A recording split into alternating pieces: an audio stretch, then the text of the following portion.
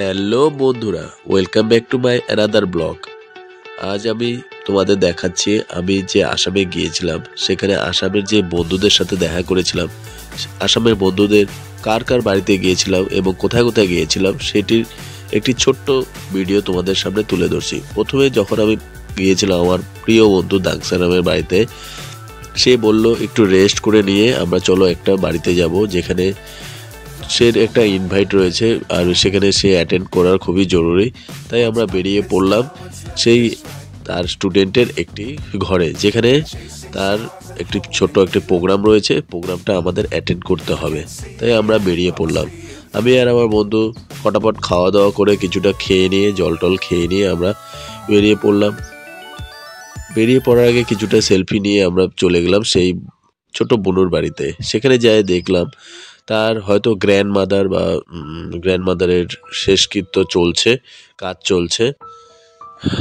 খুবই খারাপ লাগলো দেখে। আমি ভাবতে পারিনি যে এরকম একটা প্রোগ্রামে যাই অ্যাটেন্ড করব, কিন্তু তথাপি আমার গিয়ে ভাল লাগলো। সেখানে যে একটা শান্তশিষ্ট পরিবেশ, সেখানে যে একটা সুন্দর একটা পরিবেশ দেখলাম, সবাই খুব সহযোগিতাপূর্ণভাবে কাজ করছে, সবাই সবাইকে হেল্প করছে, সবাই সবার রকমভাবে বিভিন্ন রকমভাবে সাহায্য করে যাচ্ছে, যে যেটা পারছে দিচ্ছে, যে যেটা করছে সেটাই হচ্ছে দেখে খুব ভালো লাগলো। তারপর আমাদের কিছু জল খাবারের ব্যবস্থা করলো। সেখানে ছিল চা, শরবত, বিভিন্ন রকম খাবার দাবার, সেটা হালকা কিছু আমরা সেরে নিলাম। আর এই হচ্ছে সেই বুড়োটি, যার নাম হচ্ছে স্নেটি। ও সেই আমাদের জল খাবারের ব্যবস্থা করেছিল। সেখানে আমরা কিছুটা সময় স্পেন্ড করার পর আমরা আবার খাওয়া দাওয়া সেরে নিয়ে পান খেয়ে আমরা আমাদের যাওয়ার জন্য রেডি হয়ে গিয়েছিলাম। আমাদের সাথে ছিল ওর দাংসার বাবাও, আর করুণা আমার বন্ধু, সেও ছিল। আমরা সাথে ছিলাম একসাথে। এখানে দেখো কি সুন্দর একটা পরিবেশ, একটা কালচারাল, একটা যে বড় ছোটকে মানে, ছোটরা বড়দের যে সম্মান করে, সেটা আমি এখানে পরিলক্ষিত করলাম, এখানে দেখলাম সুন্দরভাবে। এটা হচ্ছে দাংসারামের বাবা, সবাই সবাইকে সম্মান করছে। এখানে একটি বৌদির বাড়িতে আমরা গিয়েছিলাম, সেখানে ছোট্ট মেয়েটি আমাদের সবাইকে আরনা পরিয়ে সম্মান জানাচ্ছিল।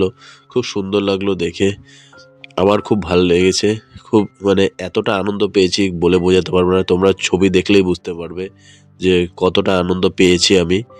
সেখানে সম্মান পাওয়ার পর আমরা কিছু খাওয়া দাওয়া করে আমরা বেরিয়ে পড়লাম আরেকটি বন্ধুর বাড়িতে। সেখানে গিয়ে আমরা যথেষ্ট এনজয় করলাম। এটি হচ্ছে করুণার দাদা, আমার যে বন্ধু করুণার দাদা। আর এই করুণা, ওর বাড়িতে গিয়েছিলাম আমি আর আমার দাংসা।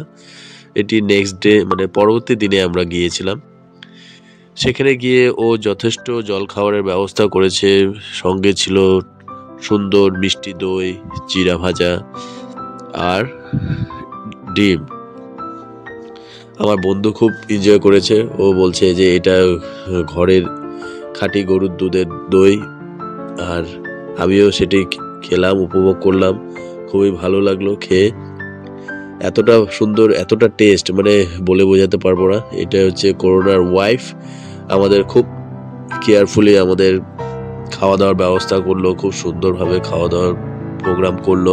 দেখে খুব ভালো লাগলো যে আমি গিয়েছি বলে এত কিছুর আয়োজন বলে বোঝাতে পারবো না।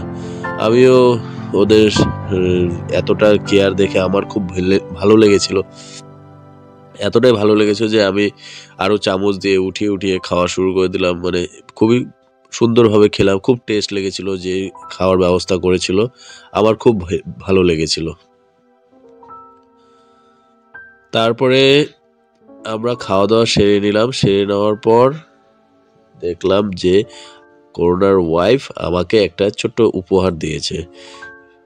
ওদের বিহুর একটা উপহার আমাকে আর আমার বন্ধু দাংসারামকে দিয়েছে। দেখো সুন্দর একটা টি শার্ট দিয়েছে, খুবই ভালো লেগেছে। বলে বোঝাতে পারবো না, এতটা আনন্দ পেয়েছি আসামে গিয়ে। কোনোদিন এতটা আনন্দ, এত বন্ধু বান্ধব থেকে আনন্দ আমি বলে বোঝাতে পারবো না। তারপর আমরা বেরিয়ে পড়লাম। বন্ধুরা, আমার ভিডিও কেমন লাগলো তোমরা জানাও। আসামের এই ভ্রমণের অভিজ্ঞতা কেমন লাগলো জানাও। লাইক, শেয়ার, সাবস্ক্রাইব করতে ভুলো না আমার চ্যানেলকে। Thank you so much, thank you again.